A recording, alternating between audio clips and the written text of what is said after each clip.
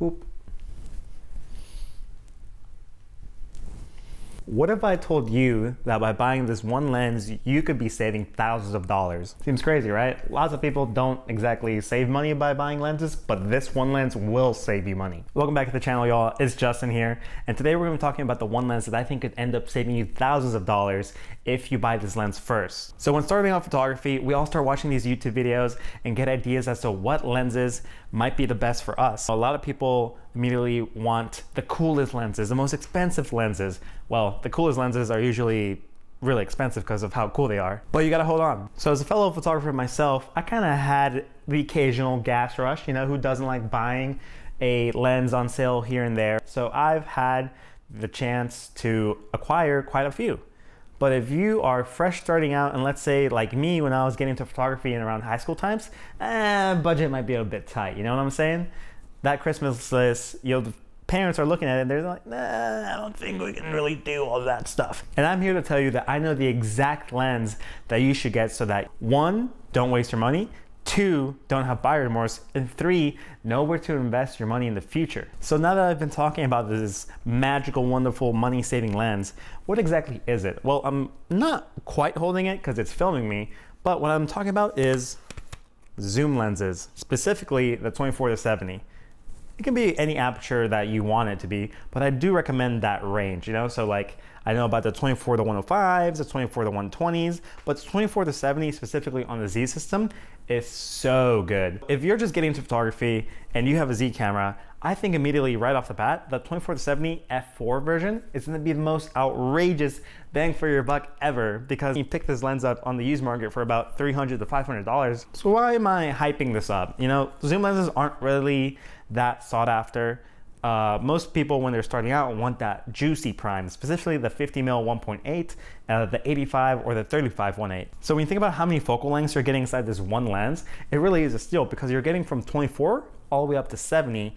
And then the reason that I think this could save you so much money, because if I had gone with this route, I would have never bought some of the lenses that I own. And I have a bunch of primes. And if I had used this lens and then kind of observed where I was hanging around the most, I would have seen that I never shoot too high into the top end. I like shooting wider. I definitely like involving more of the scene around with my subject when it comes to my personal portraiture photography. I think if you're just starting out, this lens makes so much sense that it would be almost silly of you not to do it.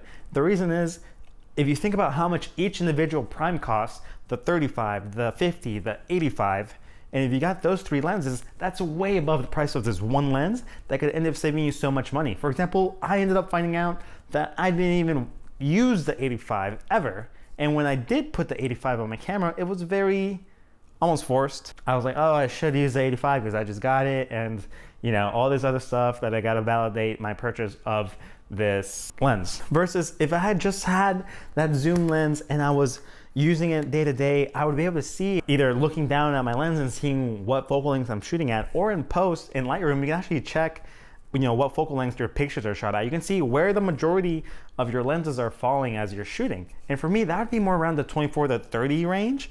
I do like zooming in every now and then, but for me, most of all, if I was just starting out, you know, money matters.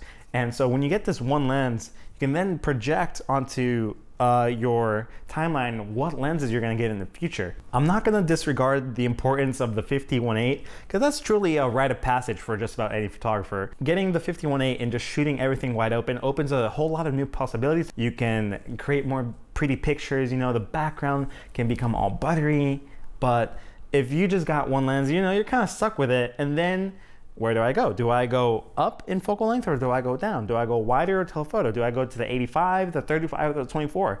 I feel like if you just get the 24-70, the f4 version, which is so affordable, like I've just been saying, have I told you how affordable this lens is? You could just skip all that and find out which focal length you really like and then invest in that lens. So that way you're not thinking that, oh, I should get this lens or this lens look fun, but then in reality, you're not really gonna use it. So play-by-play example would be if I started shooting and I go out and shoot with my friends a lot, and then I'm shooting with the 24-70 f4 Z, because this is a Nikon channel. If I'm out shooting portraits and I notice that I'm kind of in the middle of the focal range or at the widest, then I should probably invest in that 35 or that 24-1.8. Obviously, an f4 lens can still have that depth of field, that bokeh, but not as much as going from f4 to 1.8. So if you really want to make the focal length that you love shooting at the most look its best and also get the most amount of bokeh, you would really benefit from having known that by buying the zoom lens instead of just buying one prime. I applied this into my own photography recently when I bought this little chunky boy. I definitely knew that I would use it. The reason being that I already have the 70-200 zoom lens, the f2.8 Nikon Z, and so with that, I would look down at my zoom barrel and I was always around that 130, 150 mark.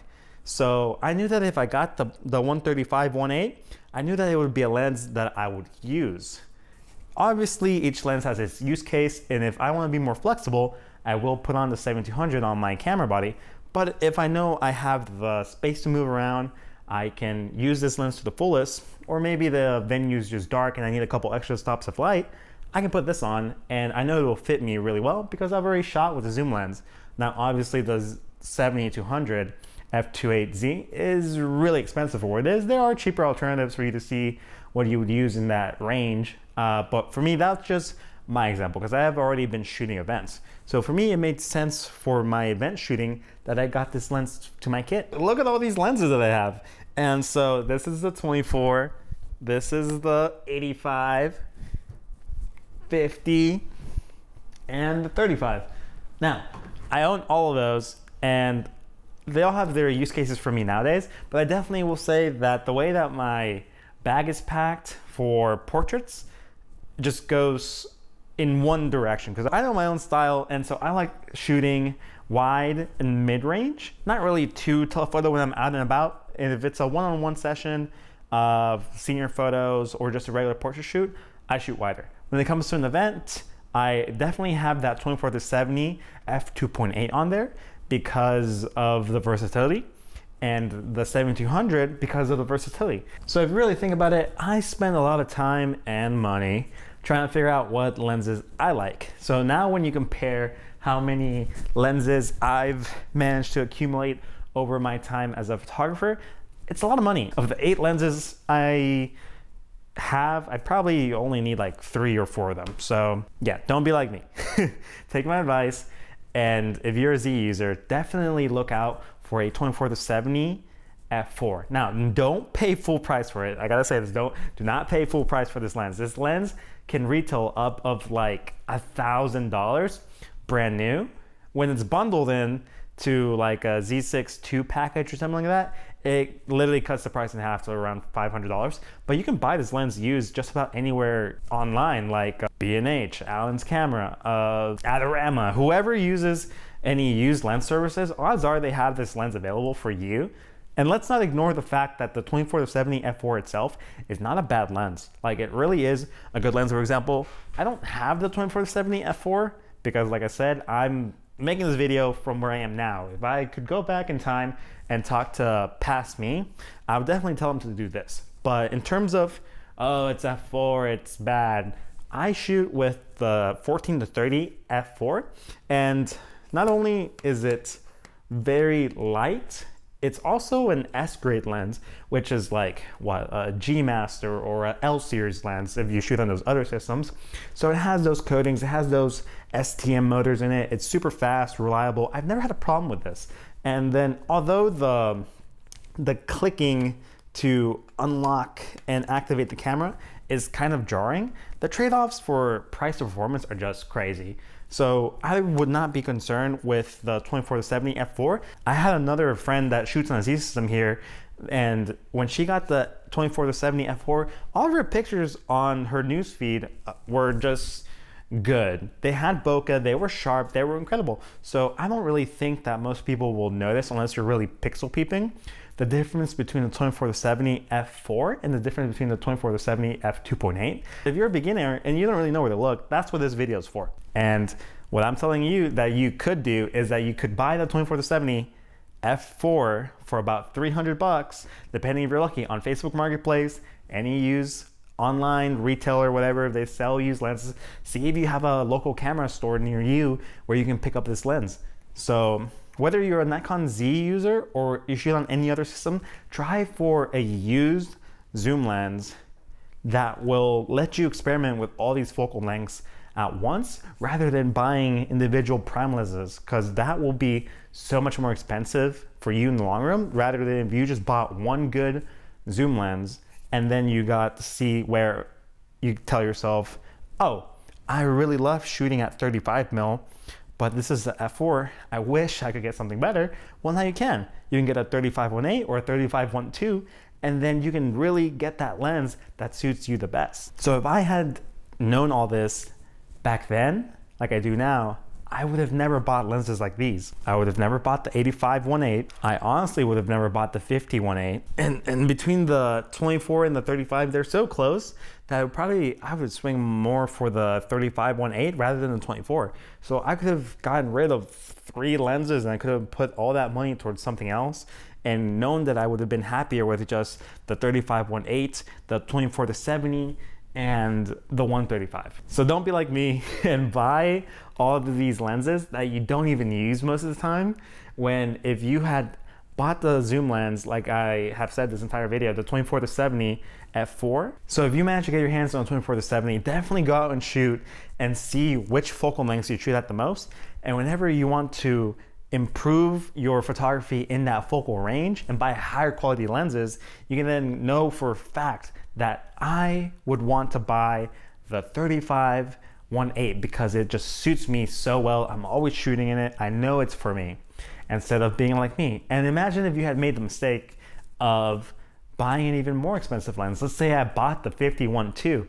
I don't ever shoot at 50 mils in terms of just having the prime on me. I know a lot of people swear by it, just shooting everything at 50 millimeters, but it doesn't suit me. So not all advice is made for everybody. This is why using the 24-70, you can find out what lenses you use, because each photographer will say, hey, I shoot like this or I shoot like that. And if you're trying to replicate those looks, yeah, that's fine. But if you're trying to find out what type of lenses suit you the best, definitely go ahead and give this a shot. And then when you find out what focal range you live in, focus down on those ranges and see what lens you could then buy to improve your photography even further. So wrapping all of that up, if you are on the Z system, definitely look to the 24-70 f4 and see if you can pick one up used for about 300 bucks on Facebook Marketplace, 500 bucks on some used online retail, but just anything. Get yourself this lens and then you will definitely save yourself a lot of money in the long run when you know what lenses you want to specialize in, instead of just feeling like getting every lens. So don't be like me and buy all of these lenses without first trying the 24-70. I promise that using a zoom lens is a completely different experience than using a prime. Not only because you can switch focal lengths on the fly, you can also see specifically where you like to hang out at on that focal range. The 24-70 f4 Nikon Z mount is super inexpensive and you should be able to grab one. Don't stray away from buying used lenses because they can be quite the bargain. What's this? Yes, hello? Oh, it's the money calling from all the money that I saved. Regardless of what system you're on, I would definitely suggest you try out a zoom lens that covers the 24 to about 70 range, and then you can see what focal lengths you like to try. If you're on the Nikon Z mount, definitely swing for that 24-70 f4ZS. So that lens will give you so much value for your money.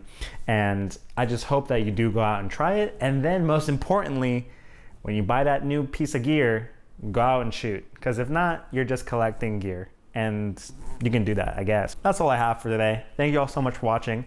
My name's Justin, and if you watched all the way to the end, consider subscribing. Me and my lenses. We'll see you later.